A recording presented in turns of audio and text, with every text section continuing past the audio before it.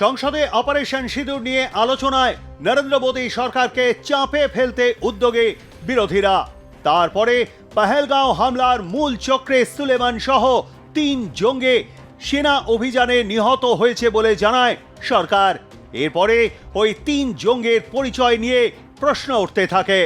এর ঠিক ২৪ ঘন্টার মধ্যেই অপারেশন মহাদেব নিয়ে মুখ খুলল কেন্দ্র। মঙ্গলবার সংসদে দাঁড়িয়ে কেন্দ্রীয় স্বরাষ্ট্রমন্ত্রী অমিত শাহ নিশ্চিত করলেন এরাও সেই জঙ্গি। কেন্দ্রীয় স্বরাষ্ট্রমন্ত্রী জানালেন, এই সন্ত্রাসবাদীরা পহেলগাঁও হামলার সঙ্গে যুক্ত ছিল। অপারেশন মহাদেবে আমাদের সেনাবাহিনী যাদের নিকেশ করেছে তারা হলো সুলেমান, আফগান এবং জিবরান। ৩ জনে অপারেশন মহাদেব অভিযানে নিহত হয়েছে। পারভেজ নামে যে ব্যক্তি এই ৩ জনকে খাবার জুগিয়ে সাহায্য করেছিল তাকে আগেই আটক করা হয়েছিল। সোমবার ওই জঙ্গিদের দেহ শ্রীনগরে আনার পর শনাক্ত করেছে পহেলগাঁও কাণ্ডে আটক হওয়া ব্যক্তিরা। सुलेमान उर्फे फैजल जट, अफगान और जिब्रान 3 आतंकवादी सेना, सीआरपीएफ और जम्मू कश्मीर पुलिस के संयुक्त अभियान में ऑपरेशन महादेव में मारे गए। और माननीय अध्यक्ष जी, ये जो सुलेमान है ए श्रेणी का लश्कर-ए तोयबा का कमांडर था। पहलगाम हमले में और गगनगिर आतंकी हमले में वो लिप्त था। इसके ढेर सारे सबूत हमारी एजेंसियों के पास है। अफगान ए श्रेणी का लश्कर-ए तैयबा का आतंकवादी था और जिब्रान भी ए ग्रेड आतंकवादी था।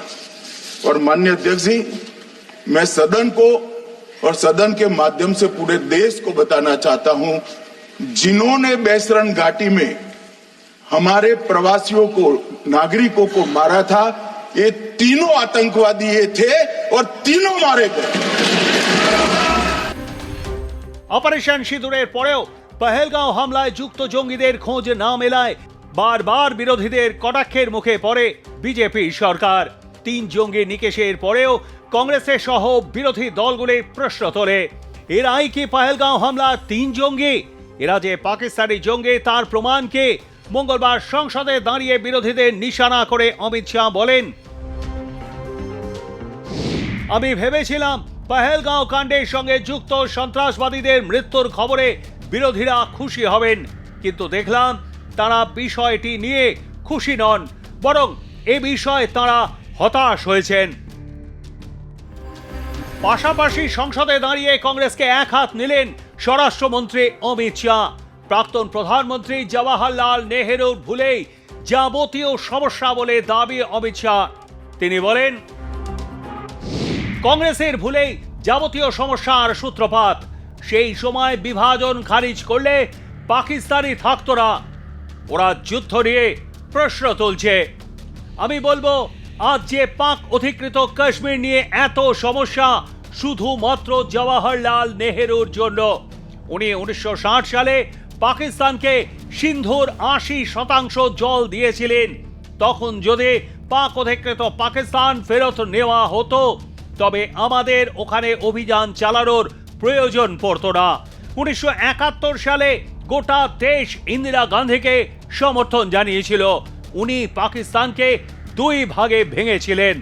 আজও গর্বের সঙ্গে ভারত ইন্দিরাজিকে স্মরণ করেন, আমিও করি। मान्यवर, हमारे समय में जो भी आतंकवादी घटना हुई पाक प्रेरित और कश्मीर सेंट्रिक हुई। देश के हिस्से में 2004 से 2014 से 2025 तक एक भी घटना नहीं हुई है। मान्यवर, ये नरेंद्र मोदी सरकार है मान्यवर। और कश्मीर में भी आज स्थिति ऐसी हुई है, उनको पाकिस्तान से आतंकवादी भेजने पड़ते हैं। कश्मीर में आतंकवादी अब हमारे नहीं बनते हैं मान्यवर। और मैं सलमान खुर्शीद जी को भी याद करना चाहता हूं। एक बार मैंने बड़े सवेरे में नाश्ता करता था, टीवी पर उनको रोते हुए देखा। मुझे लगा क्या हुआ, कोई बड़ी घटना हो गई। तो रोते रोते वो श्रीमती सोनिया गांधी के घर से बाहर आ गए कि बाटला हाउस की घटना देखकर सोनिया जी फूट फूट कर रो पड़ी। अरे रोना था तो शहीद मोहन शर्मा के लिए रोते, बाटला हाउस के आतंकवादियों के लिए रोना आता है। और मान्यवर हमें पूछते हैं कि आपने क्या किया, कोई अधिकार नहीं है पूछने का। অমিত শাহর বক্তব্যের পরেই সংসদে বক্তব্য রাখেন প্রিয়াঙ্কা গান্ধী। অমিত শাহর বক্তব্যের পাল্টা সমালোচনা করে প্রিয়াঙ্কা বলেন, ঘটনার দিন বৈশারণে কেন নিরাপত্তা ছিল না? বৈশারণ উপত্যকায় জঙ্গিরা পৌঁছলো কিভাবে? অপারেশন সিঁদুরের কৃতিত্ব সেনার, অপারেশন সিঁদুরের কৃতিত্ব নিতে চান প্রধানমন্ত্রী। মুম্বাই হামলার পর কেন্দ্রীয় স্বরাষ্ট্রমন্ত্রীর ইস্তফা, পহেলগাঁও কাণ্ডের পর কেন স্বরাষ্ট্রমন্ত্রী ইস্তফা দিলেন না? যুদ্ধ থামলো কেন? সিজফায়ার হলো কেন?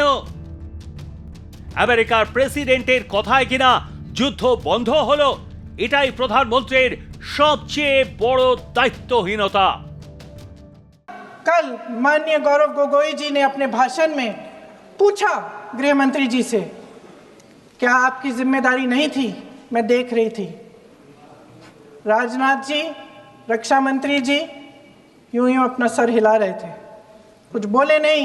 अंदर से ये महसूस हुआ होगा कि यहाँ कुछ जिम्मेदारी थी, लेकिन माननीय गृह मंत्री महोदय जी हंस रहे थे, वे हंस रहे थे।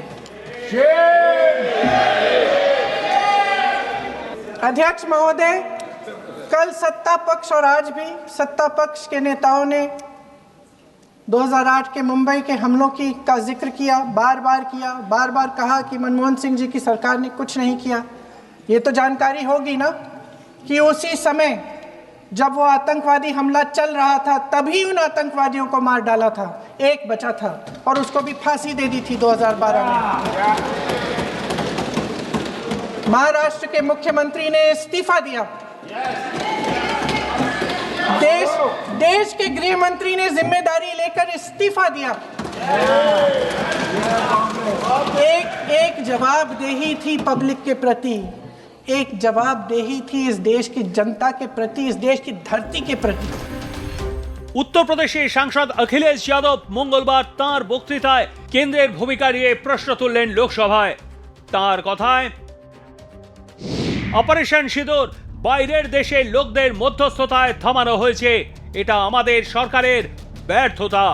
অপারেশন সিঁদুর নিয়ে যেভাবে বিজেপি সরকারের প্রচার হচ্ছে তা নিন্দাজনক। मुझे याद है कि जिस दिन पहलगांव हमला हुआ उस दिन वहां का हर पर्यटक पूछ रहा था, जो पर्यटक पूछ रहे थे कि खतरों के बीच मेरी रक्षा करने वाला कोई वहां क्यों नहीं था। आखिरकार ये सबके मन में सवाल यही है कि जिस समय घटना हुई आखिरकार उन्हें बचाने वाला कोई क्यों नहीं था। और जो सरकार ये दावा करती है, 370 के बाद ये कहा सरकार ने कि भविष्य में कोई आतंकवादी घटना नहीं होगी, वहां टूरिज्म बढ़ेगा। जितने लोग वहां गए वो सरकार के भरोसे पे गए थे, वो सरकार के आश्वासन पे गए थे। और आखिरकार सिक्योरिटी लैब्स की जिम्मेदारी कौन लेगा? अध्यक्ष महोदय, सबसे बड़ा सवाल यही है। অপারেশন সিঁদুরের পাশাপাশি অপারেশন মহাদেব নিয়ে সোমবার থেকেই রাজনীতির পারদ চড়েছিল সংসদে। মঙ্গলবারও সেই একই ছবি ধরা পড়ল। বিরোধীদের প্রশ্নবাণে বিদ্ধ হল মোদী সরকার। পাশাপাশি অপারেশন সিঁদুর নিয়ে বিরোধীদের পাল্টা জবাবও দিল কেন্দ্র। ব্যুরো রিপোর্ট, আর প্লাস নিউজ।